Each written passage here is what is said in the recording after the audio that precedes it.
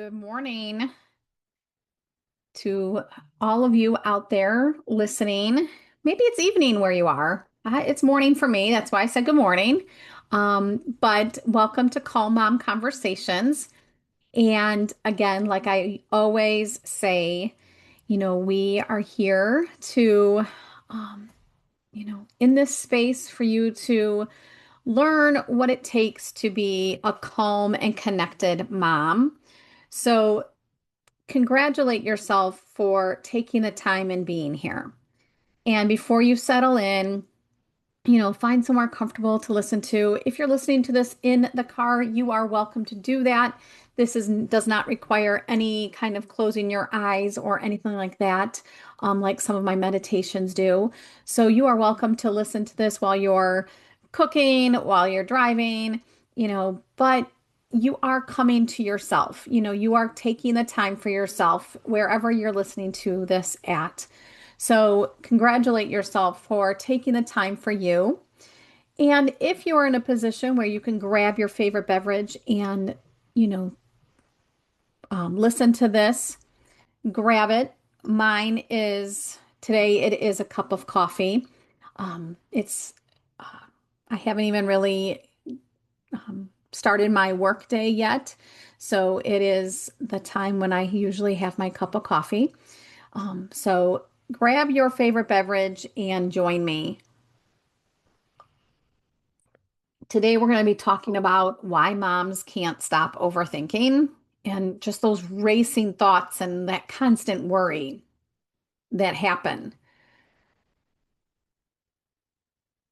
So, what's exhausting, right? It's not just, we've been talking about all the things that moms do, those invincible things. If you have not listened to those previous videos, go back and listen to those. We've been talking about the invisible list that no one knows that moms do, those roles that moms play. So we're exhausted, but it's not just the laundry, it's not just the schedules, it's not just trying to keep everyone happy. It's the constant thinking that moms do. It's the replaying conversations, the worrying about things that haven't even happened yet. Do you know that I think it's like over 90% of our anxiety or our worries come from thoughts that never come true? Imagine that. It's taking up your space in your brain, but they never come true. It's the mental list that never stop running in the background. And what makes it harder is most moms don't even realize how much pressure they're carrying because it becomes normal. It becomes just part of who they are and what they're thinking. So, if you're new to this space, welcome. Thank you for joining me. I am Stacy Johnson. I'm a resilience and momentum specialist, and I help overwhelmed moms create calm over chaos to create that financial freedom they want for their families without wasting time and money trying to figure it out all on their own. We've also talked about that connection, the connection with our loved ones, especially our children. And also, before we start, there you will be starting to see some changes in this space. I'm going to be looking at changing the name, looking at something in regards to momentum. So, in the description, while we're talking about momentum, in my description is a link to book a momentum audit. Let's grab your favorite beverage and see what's getting in the way. What's keeping you stuck? What's getting in the way of that momentum moving forward and having, that time freedom, that financial freedom. that connection with your kids. Let's do an audit and see what's getting in the way. And if you are interested in starting your own business or you're already a business owner and you want to thrive more, there's a link below as well for what I'm involved in. I'm involved in a community that is building financial and time freedom for me, and it's working in the background. It's a system that was already set up. It doesn't cost me much every month to do it. In fact, it's less than a cup of coffee, like at Starbucks, or right now, less than 2 gallons of gas in my area. That's how much I spend to be a part of this community once a month. But it's building revenue in the background, you know, and I even have accounts set up for my kids and even my dog. So if that's something that's interesting you, go ahead and grab that link below too. So let's continue this conversation about this overthinking. So we're feeling exhausted, but on the outside, we look calm, we look put together, we're doing all the things, and no one really knows what's happening. But inside our mind, it is running a marathon. Maybe you lay in bed at night replaying the day. Or maybe you run up the stairs knowing you needed something, but are forgetting what you came up the stairs for. But these are the thoughts that kind of run behind the scenes. It could look like this. Did I handle that right? Did I upset my child? What if something happens? What if I forget something important? How are we going to afford everything? That's a big one. I know that was a conversation that I always had in my head when my kids were younger and I was like working 2 jobs. And that was one of the reasons why I chose this path that I have now in that link below, because I didn't want to work 2 jobs and I didn't want to have that thought all the time of how can I afford this, especially as the prices of everything go up. So maybe your mind starts racing the second your phone gets quiet because silence feels unfamiliar. So when the kids are in bed, your phone kind of goes quiet. There's no really anything going on. That's when your brain says, no, I don't think so. We're not going to rest. And it starts to bring up all these thoughts. So all the feelings you've pushed away during the day, they start showing up.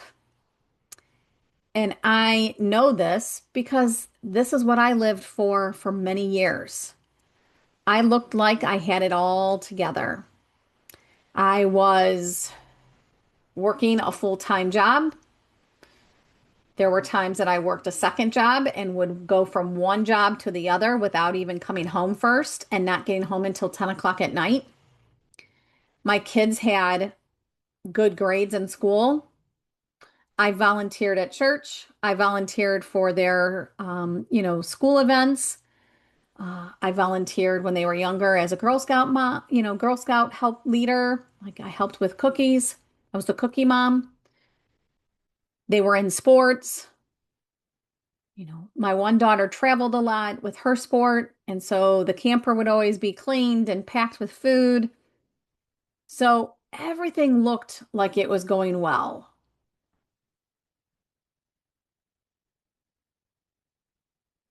And I was helping everyone else. In my job, I was a supervisor and a counselor. So I helped children all day long. Like I said, I managed all the responsibilities and I looked very strong. But internally, my thoughts never stopped. And then I really didn't notice this until my husband passed away. When my husband passed away, I still was showing up and I kept hearing, "Oh, you're so strong. You're so brave." But when everything was quiet, my brain definitely never stopped. And I didn't realize how much it was draining me until I started slowing down, intentionally slowing down, and started putting some things into place it started off with just my grief journey, but then I started to realize how much I needed all of the things that I was putting in place for just everyday life. And I started to notice how many moms this is affecting as well. Not necessarily the grief part, but just all of the thoughts that go into the day and how much we look like we're functioning on the outside. And this is especially true for moms who care so deeply about their kids. The moms that are trying to do everything right. The moms that are trying to prevent problems before they happen. The moms carrying emotional weight for the entire family.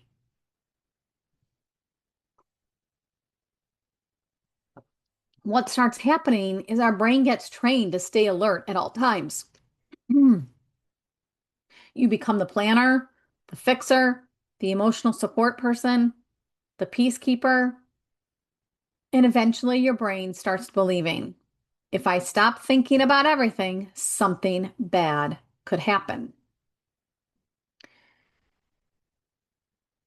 So your mind keeps scanning, it keeps preparing, it keeps worrying. And none of this is happening because you're broken or something's wrong with you. It's because you carry it for so long that that's what your brain believes has to happen. And here's what moms, a lot of us don't realize. Racing thoughts are not always weakness. Sometimes they are signs you haven't even felt emotionally safe enough to rest. When life feels unpredictable, your brain tries to create the control through thinking.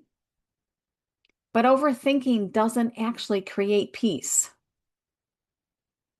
It creates exhaustion.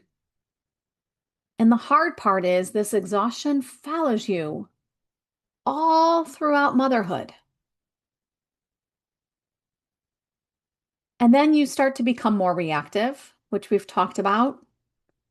You can go back to the snapping videos. You become more impatient, more emotionally tired. And none of this is happening because you don't love your kids. You love them deeply. But it's happening because your brain never gets a break. And again, how we respond when our brain is tired or has been running on this all the time, we start to snap faster. We feel overstimulated by noise. Maybe it feels like the TV's too loud, but it's really not that loud. Maybe the kids are arguing in the background. Those kind of noises, struggling to focus, feeling emotionally disconnected, trouble sleeping, even when you're exhausted. I have so many of my clients talk about sleep issues, and we'll talk about, some sleep remedies in another video. But when we're not sleeping well, it can affect all of our mood and mental health. And then there's this one, feeling guilty for wanting that space or wanting those boundaries or saying no. That's a huge feeling, this guilt.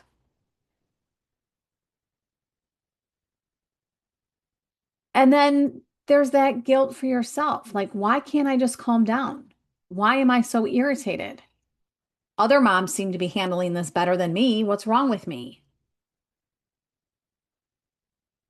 But most moms are struggling with this silently, and they're just not talking about it. Especially high achieving moms, moms that are, doing all of these things, working, maybe volunteering for other things, having a hard time saying no. It's the moms that everyone depends on, the strong ones. And again, the truth is, constant worry often becomes a part of your identity. You don't even know who you are without the stress. Calm can almost feel uncomfortable at first because your brain got used to chaos. That's why slowing down can feel hard. And that's why sitting still can feel uncomfortable. I know when I first started, you know, being more intentional with my thoughts and giving myself that time every morning, it is one of my non-negotiables now, is that, excuse me, every morning I must ground, I must journal and connect to myself. And I now am able to catch some of my thoughts a lot sooner. But there are still thoughts that, get in the way of what I'm doing, and I have to like catch myself. And it felt uncomfortable at first because I wasn't used to it. And that's what a lot of my clients say too, is that it was so hard for them to get quiet. It was almost like if they sat down to get quiet, they could still hear their thoughts. And so it was practice of sitting quietly. And this is exactly why some moms keep themselves busy all the time, because as soon as they sit quiet, they hear thoughts. And so if they stay busy all the time, and that's what happened, for me for the longest time, I never sat still. If I sat still, then I knew I fell asleep on the couch or something. But I was always trying to be busy doing things. Hmm. Because again, the moment life gets quiet, the thoughts get louder. But healing starts when you stop treating yourself like a machine. Excuse me. When you stop believing you have to carry every emotional burden alone. When you stop measuring your worth by how much pressure you can survive. You deserve moments where your mind feels quiet again. You deserve to enjoy your kids without your brain constantly running through the next 10 problems. Excuse me, I'm going to take a sip of water. I have some.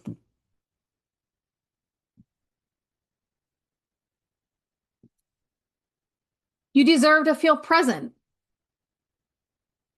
And no, that doesn't mean life becomes perfect. It means learning that your mind does not always have to live in emergency mode. One of the biggest shifts for me was realizing I didn't need to solve every future problem today. And again, over 90% of our fears, our worries, our anxiety are from thoughts that never come true. So instead of asking myself, what if, I ask myself, what is the problem right now? What do I need to solve right now? I didn't need to carry tomorrow while trying to survive today. I learned to pause, breathe, and reconnect to myself, and slowly teach my body and mind that it was okay to feel safe again. And if this conversation feels like I'm describing your life, I want you to know you're not failing. You are likely overwhelmed, emotionally overloaded, and you carry too much without enough support. And you don't have to keep living like this. So this week, I want you to start to notice, when do your thoughts race the most? Let me know in the comments. What pressure are you carrying? And what would it feel like to stop trying to hold everything perfectly together? Drop all that in the comments, or go ahead, if you don't want to drop it in the comments, go ahead and book a momentum audit. The link is in the description, and we can talk about those questions together. Because calm is about becoming calm does not mean that we are emotionless and we will never feel our feelings again. That's not what that means. It's about finally feeling safe enough to be able to breathe and have those quiet moments.